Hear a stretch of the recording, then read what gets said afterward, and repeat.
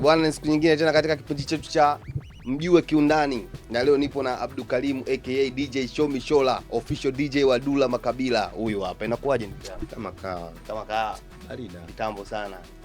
Wewe acha tu. Mara mwisho tulikutana kwenye kampeni mwaka jana mwezi wa 10 hivi. Nakumbuka. Tukuonana tena. Wewe acha tu. Unajua tuna upambanaji. Bwana, niko na Shomi Shola, official DJ wa Dula Makabila, na hapa nipo katika ofisi zake za Motivation Sound maeneo ya Mabibo. Nimekuja kumtembelea ndugu yangu kupata mawili matatu kutoka kwake.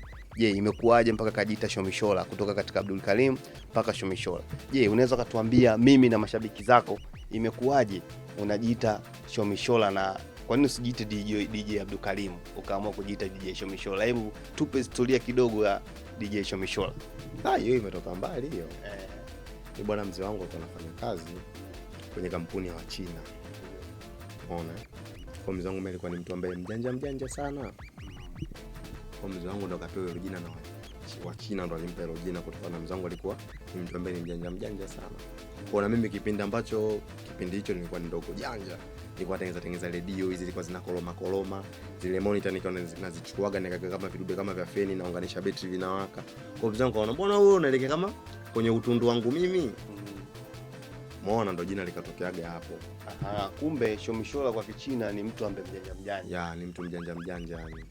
Kwa hiyo ilikuwa ni AKA ya baba yako kama ukujisisha. Ya. Safi sana. Unaweza ukatuambia safari yako ya muziki ilianzia wapi?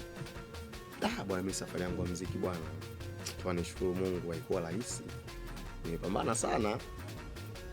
Nakumbuka katika kitu ambacho siwezi kukisahau ni hiyo kwenye safari yangu ya muziki, kwa sababu nakumbuka ilikuwa siku ya Jumatano. Siku ya Jumatano hiyo bwana, nilienda kupelekaga nyimbo media fulani. Kupeleka nyimbo nikakuta pale wahusika, nikafuata taratibu. Baada ya wahusika kufika nikawapa nyimbo, wakapenda kwa kilichofanyika kwenye ile nyimbo. Ule mhusika akaniambia wana hii nyimbo ni kwako kweli? Umetengeneza hii beat? Ngamba mimi nimetengeneza. Kweli umetengeneza? Kwa baada hapo akanipa namba.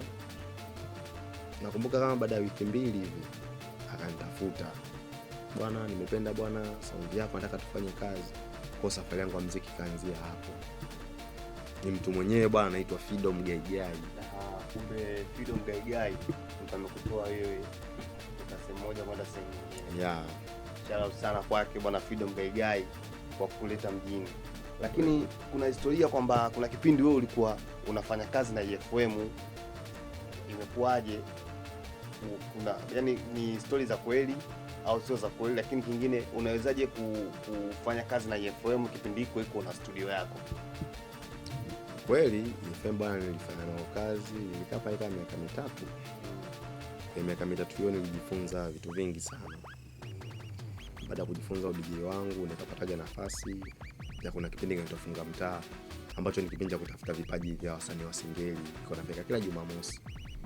Kwa nikaa napiga muziki vizuri, napiga mabiti makali. Kwa baada hapo muda wake kipindi ukaisha. Msimu wake uliisha, inabidi uje msimu mwingine. Kwa ndo sikuweza kuendelea nao. Ina maana kwa story fupi kwamba wewe na EFM mfanye tena kazi. Yeah. Sawa. Wewe ni official DJ wa Dula Makabila. Unaweza kutuambia historia yako wewe na Dula Makabila, mlikutana wapi, mlianzaje mpaka leo hii kufanya kazi pamoja, na mmedumu kwa muda gani mpaka leo hii? Dula mpaka sasa hivi miaka 4 kwenye kazi toka nimeanza kufanya mpaka mwaka huu na miaka 4 na Dula mimi alinijia kupitia EFM. Kipindi msimu wa Funga Mtaa ulivyoisha, bazangu Samir Love aliandaa kipindi kinaitwa Single Freestyle.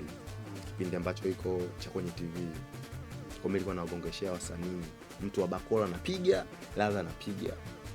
Kwa badala hapo Dula akaniona, akanitafuta, tukakutana, tukafanya na movement hizo za vikao, tukapanga kazi tufanye hivi.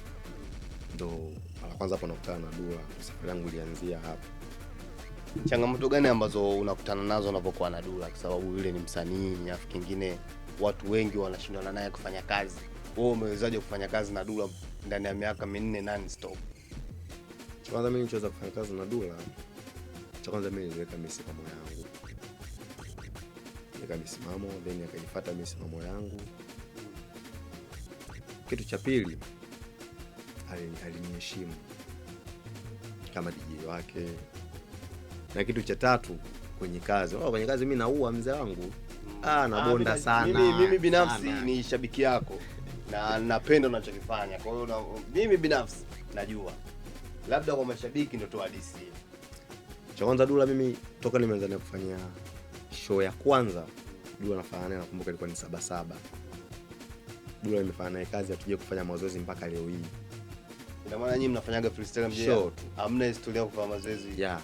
Na mimi kipindi ambacho show ya kwanza naenda kumfanyia Dula 77, mtu wa kwanza mimi kunipitisha alikuwa ni Mlisho Mpoto mjomba. Alimuuliza, Dula DJ umempata wapi? Mbona ni noma sana? Na mimi kabla sija official kabisa DJ wake, ni show ya kwanza tu nimepewa. Nilisifiwa sana 77 kama kwenye interview hivi. Ukabonda vibaya. Kwa Mlisho Mpoto yule alimwambia sana Dula DJ namkubali unoma. Kwa mimi mtu ambaye wa kwanza kunikubali alikuwa ni Mlisho Mpoto. Sawa, mimi hiyo naelewa. Kuna mtu mmoja anaitwa Beka Mipango, yuko Wasafi pale, alishaye kuniambiaga katika maisha ukipata nafasi basi fanya. Yaani ukipoa nafasi fanya kweli, usije kananilia. Nashukuru Mungu au nashukuru kuona mwanangu kwamba umepoa nafasi alafu umekinda vibaya. Mnaongera sana kwa hiyo. Shukrani sana. Sawa, lakini pia kuna kasumba ambayo inaendelea mtahani ambayo mimi nishawahi kuulizwa na mashabiki zako. Kwa nini Shomshola na bosi wake ni wembamba? Yaani wewe na Dula Makabila unaonekana miili yenu ni sawa. Mpaka kafikia hatua watu wakasema au wale ndugu wanafanya kazi kindugu. Leo tufafanulie kwa nini iko hivyo. Kwa mimi babangu mimi ni mwembamba. Mamangu mimi ni bonge. Ila mimi nimelisi weupe kwa mamangu. Nimelisi wembamba babangu. Babangu mimi hakuwaga bonge. Na mimi sijaye kuaga bonge. Labda nikapungua nikamwembamba, hapana, mimi ni changu ni mwembamba hiyo. Mmesikia bwana DJ Shomshola hajawahi kuwa bonge maisha yake yote. Yeye ni mwembamba na yeye. Weupe kalisi kwa mama yake, wembamba kalisi kwa baba yake. Kuhusu msanii wake kuwa mweupe na mwembamba, one time tutapata time naye, tutapiga naye story na yeye atatuambia. Sawa. Kuna siku nilikuwa Zanzibar. Katika kuzurura kwangu nilikutana na mtu mmoja anaitwa Steve. Steve akaniambia kwamba katika story zetu, yani mimi na Steve, akaniambia kwamba Shomshola ndo alimtoa Dogo Pattern, umeona. Nikasema kivipi? Akaniambia mbona clip zake ambazo alishoot zile mwanzoni zote alishoot studio kwake pale. Nikasema nikipata nafasi ningependa kujua hiyo story kiundani kidogo. Ilikuwaje wewe kuhusishwa kumtoa na Dogo Pattern katika tasnia mpaka leo kujuana? Naomba unipe kidogo story ya wewe na Dogo Pattern.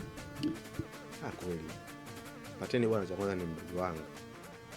Ni mdogo wangu. Kwanza Pattern ni mtu ambaye ilikuwa kila siku lazima tuzungumze mara 3. Yaani Pattern ni mtu ambaye alikuwa ananipigia simu asubuhi na simu zake ni saa 1 asubuhi. Kwa Pattern ni mtu ambaye anapenda sana muziki na mtu ambaye alikuwa na juhudi sana na muziki. Kwa Pattern kwanza ndoto yake ilikuwa kubwa ni kufanya kazi na mimi. Kaka, uko wapi? Kaka, nataka tutengeze dunda. Yaani mdoto akikupigia simu mtu ambaye ana vibe muda wote. Unajua hiyo? Kwa Pattern kumbuka tukakutana studio, tena alikuja wakati mzuri ambapo nishazindua studio. Pattern hapa nimekaa naye kama miezi 2. Nilikuwa nikipiga mabiti hapa, Pattern na freestyle nini, ndo zile clip tukawa tuna record zinafanya vizuri, clip zinafanya poa. Kwa zile clip ambazo Dogo Pattern mwanzoni ambazo zimetiti zote kaanzia hapa. Zote zimeanzia hapa. Sawa, tangu wawe mkubwa kuna chochote ambacho unanifaika nacho au ndo mshatupana? Hapana, mimi Pattern nilikuwa sifanye naye kazi, mimi nilikuwa namsaidia kama mdogo wangu, kama rafiki yangu, mdogo wangu, ndugu yangu, lakini sikuwe kuingia makubaliano yoyote. Mimi niko kukubaliana kwa chochote, tulikuwa namsupport tu kwa nafasi ambayo mimi nilokuwepo, nilikuwa naweza kumsaidia namna fulani kwenda namna nyingine. Alafu mtu sio lazima mtu umsaidie naye akusaidie, hapana. Na mimi nakupa big up kwa hilo, ni watu wachache sana ambao wanaweza kufanya mambo kama hayo. Ni kweli. Sawa, tuachane na hayo. Hongera sana kwa kufungua studio mzee wangu. Sio kitu rahisi. Unaweza kutuambia ilianzaje mpaka wewe kufungua studio kubwa kama hii na kuwa na vifaa vyote, au kuna mtu nyuma yako katika studio yako? Cha kwanza mimi ndoto yangu kubwa ilikuwa ni kuwa na studio kali ya Singeli. kwa sababu muziki wetu sisi wa Singeli, studio zetu nyingi sio nzuri. Studio zetu nyingi hazitoi muziki mzuri, production na kiufupi haiko sawa, sio nzuri. Kwa nikajipa muda, yaani mimi ndo tangu nilikuwa nikuwa na studio ambayo kwenye Singeli, yani mtu akaja kuona hapa naenda kwa show me aone kweli uwekezaji kidogo umesimama.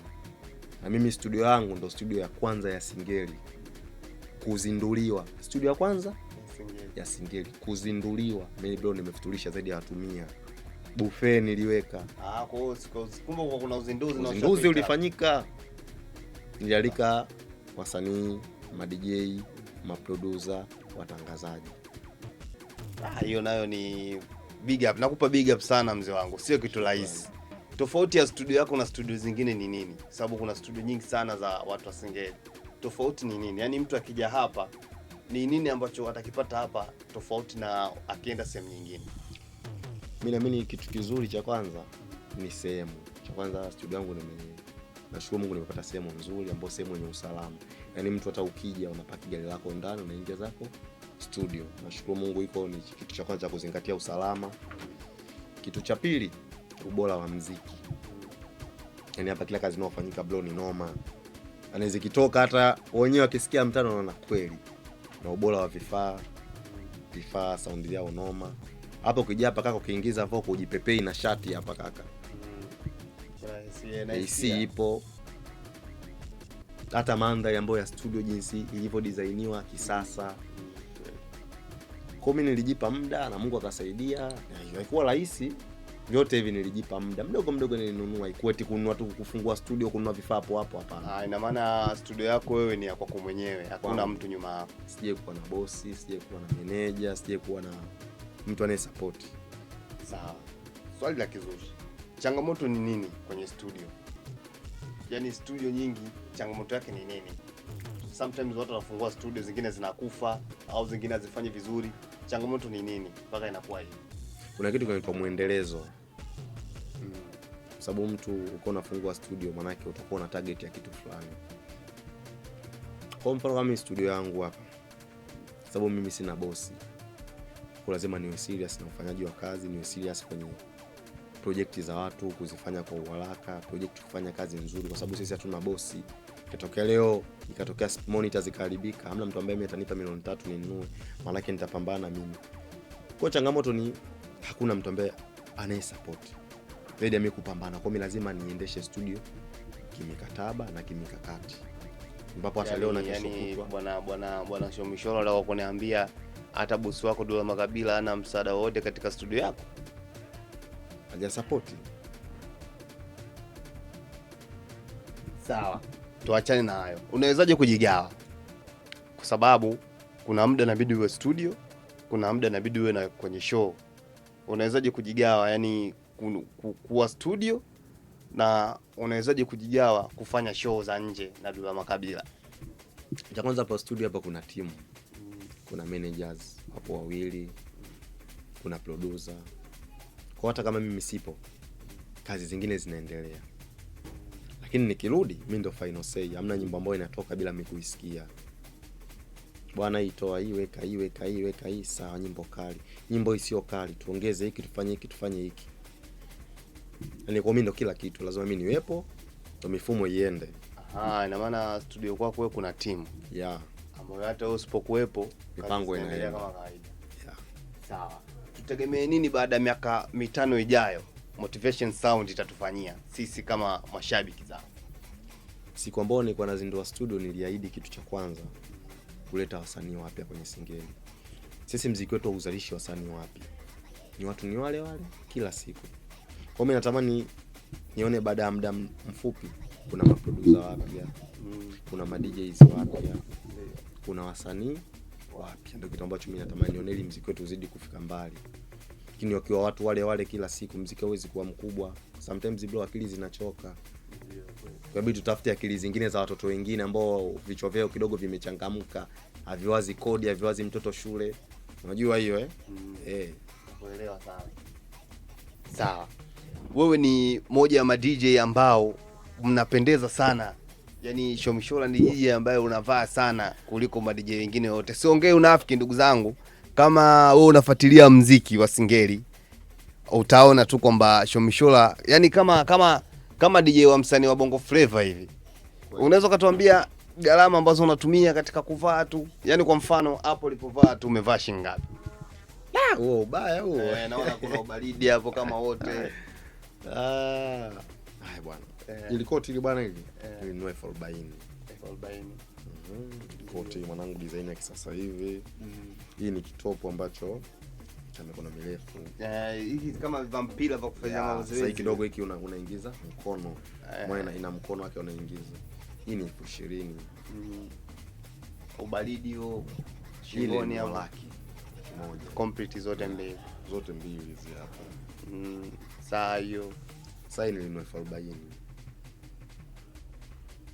Kilemba iko kichwani, unaona sasa hivi ndo wanyamwezi wengi ndo vitu vyao hiyo. Kilemba bwana hiki 20,000. Na maana yake bwana nichukua 15,000. Kwa hiyo amna hapo umevaa kama shilingi ngapi? Hapa kama 1,500,000. Unawaambia nini ma DJ wengine ambao bado wanachukulia muziki wa Singeli ni muziki ambao bado kama hujaenda viral? Kuna wengine unaona mtu anaenda kuongesha, mtu anavaa sandozi huko lafu nini. Yaani hem tuambie kwa nini wewe unapendeza sana kuliko watu wengine? Kuna kitu gani cha ziada ambacho unafanya? Mimi kitu ninachoamini kikubwa ni kuwa smart. Kuwa smart haimaanishi uwe na hela nyingi, hapana. Ila kikubwa ni kujipenda mtu. Yaani ukiona mtu anajipenda, tafsiri yake mtu anakuamini.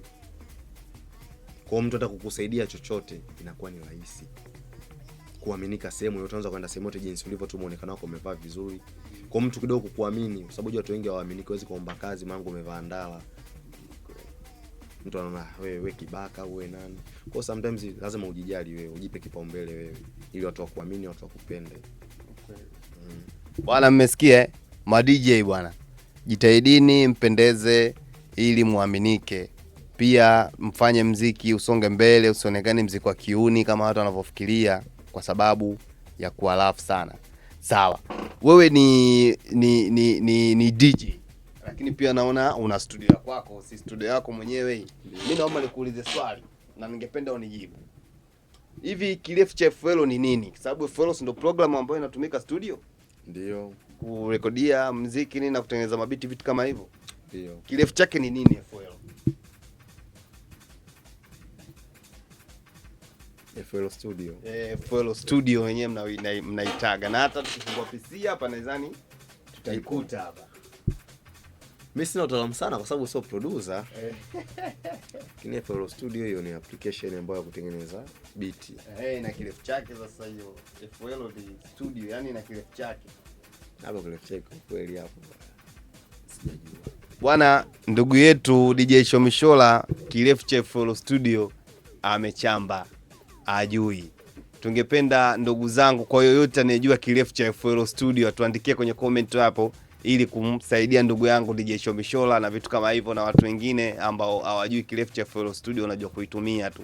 Ulikuwa nami Picha Mali kwenye 1 na 2 katika kipindi chako. Usisahau kusubscribe katika channel zetu za YouTube, kufuatilia katika channel zetu za TikTok, Instagram, Facebook @Singeli Movement. See you next time. Ciao.